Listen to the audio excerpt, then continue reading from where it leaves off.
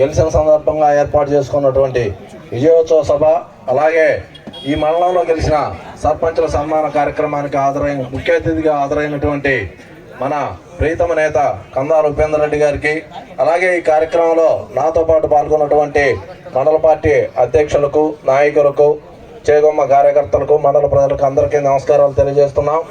గత 14వ తారీఖు జరిగిన గ్రామ పంచాయతీ ఎన్నికల్లో ఈ పాలేరు నియోజకవర్గంలో ప్రత్యేక పరిస్థితుల్లో ఇక్కడ ఉన్నటువంటి మంత్రి గారు అనేక ఇబ్బందులు పెట్టినా, ఒక పక్క అధికారులు, ఒక పక్క పోలీసు వ్యవస్థతో ఎన్ని అడ్డంకులు సృష్టించినా ప్రతి గ్రామంలో కూడా గెలుపు ఓటముల్లో కూడా పోరాడినటువంటి బీఆర్ఎస్ పార్టీ కార్యకర్తలందరూ కూడా మా వెనక కందాల ఉపేందర్ రెడ్డి గారు ఉన్నాడు అనే ఒక ధైర్యంతో ప్రతి గ్రామంలో కూడా పోరాడి గెలిచినా ఓడినా కూడా మనందరం ఉపేందర్ రెడ్డి గారి నాయకత్వంలో పనిచేస్తాం.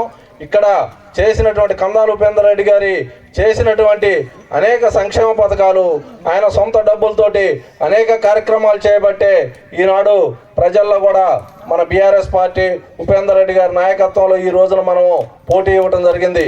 ప్రతి మండలంలో చూడండి, దాదాపు సగం పంచాయతీలు మనము సిపిఎం ఒక కూటమిగా పోటీ చేసి గెలవటం జరిగింది. అలాగే ఆర్థిక ఇబ్బందులు, అనేక రకాల ఇబ్బందులు ఉన్నా కానీ దాదాపు 50% మనం పాలేరు నియోజకవర్గంలో ఈనాడు సర్పంచులు గెలవటం జరిగింది. ఇదే ఉత్సాహంతో ఉపేందర్ రెడ్డి గారి ఆశయంతో మనం వచ్చే ఎంపీటీసీ కానివ్వండి, సొసైటీ ఎన్నికలు జరిగినా, ఏ ఎలక్షన్లు జరిగినా కానీ మన అభ్యర్థులను గెలిపించుకొని రాబోవు 2 సంవత్సరాలు అయిపోయింది, ఇంకొక 3 సంవత్సరాల్లో జనరల్ ఎన్నికలు వస్తాయి. దాంట్లో కందాల ఉపేందర్ రెడ్డి గారు గెలుపు అనేది అందరికీ తెలుస్తుంది. ప్రతి ప్రజల్లో కూడా ప్రతి నిత్యం కూడా ఈసారి ఉపేందర్ రెడ్డి గారు గెలుస్తాడనేది మామూలు పబ్లిక్ కూడా అందరూ కూడా చర్చించుతున్నారు.